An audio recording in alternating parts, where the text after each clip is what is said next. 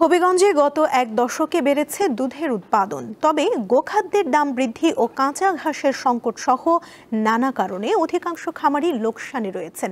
শ্রমিকদের বেতন দিতেও হিমশিম খাচ্ছেন তারা, ফলে গাভী পালনে আগ্রহ হারাচ্ছেন অনেকেই। ওয়ালটন এখন দেশের সীমানা পেরিয়ে পৌঁছে গিয়েছে 50টিরও বেশি দেশে। ওয়ালটন, ঘরে ঘরে বিশ্বজুড়ে। 2019 সালে শখ থেকে দুগ্ধ খামার গড়ে তোলেন হবিগঞ্জের মাধবপুর উপজেলার পূর্ব ইটাখোলা গ্রামের মামুন রেজা সহ 4 বন্ধু। শুরুতে তাদের খামারে 45টি গাভী থাকলেও বর্তমানে রয়েছে 25টি। গোখাদ্যের মূল্যের তুলনায় দুধের দাম কম থাকায় লোকসান গুনছেন তারা।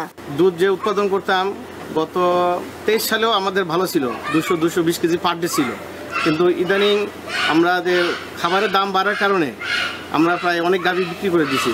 বর্তমানে খাবারের যে দাম, দানাদার খাদ্যের যে দাম, এই দুধের সাথে আমরা সামঞ্জস্য মিলাই পারতেছি, কারণে খরচ কমানোর জন্য গাভী কমাই দিচ্ছে। জেলায় বর্তমানে সরকারি হিসেবে প্রায় 7,000 দুগ্ধ উৎপাদন খামার রয়েছে। এইসব খামারের উপর প্রত্যক্ষ ও পরোক্ষভাবে নির্ভরশীল অনেকেই। তবে দুধ উৎপাদন করে লাভ না হওয়ায় গরু লালন পালন কমাতে শুরু করেছে অনেকেই।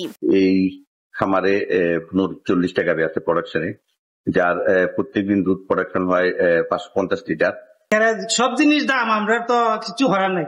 দানা খাবার হচ্ছে ভুসি, ফিট, তারপরে ভুট্টা, এই আপনার সাইলেন আছে, সাইলেনে এক বস্তার দাম মনে হয় 500 না 550 টাকা। এবার একবার সন্ধ্যার দিকে খাবার দিয়ে আমরা দুধ দোয়ার পরে আমরা টোটাল দুধ আছে আপনার 85 কেজি থেকে 90 কেজি। জেলা প্রাণী সম্পদ কর্মকর্তা জানান, গোখাদ্য হিসেবে ঘাস উৎপাদনের পাশাপাশি বাজার ব্যবস্থাপনায় উদ্যোগ নেওয়া হয়েছে। যেটা কৃত্রিম প্রজনন করলে আমরা পর্যায়ক্রমে একটা গাভী যদি দেশি গাভী 2 লিটার বা 3 লিটার দুধ দেয়, আমরা যদি পর্যায়ক্রমে কৃত্রিম প্রজনন করতে থাকি, এক পর্যায়ে দেখা যাবে এটা 10 লিটারে উন্নতি করা সম্ভব।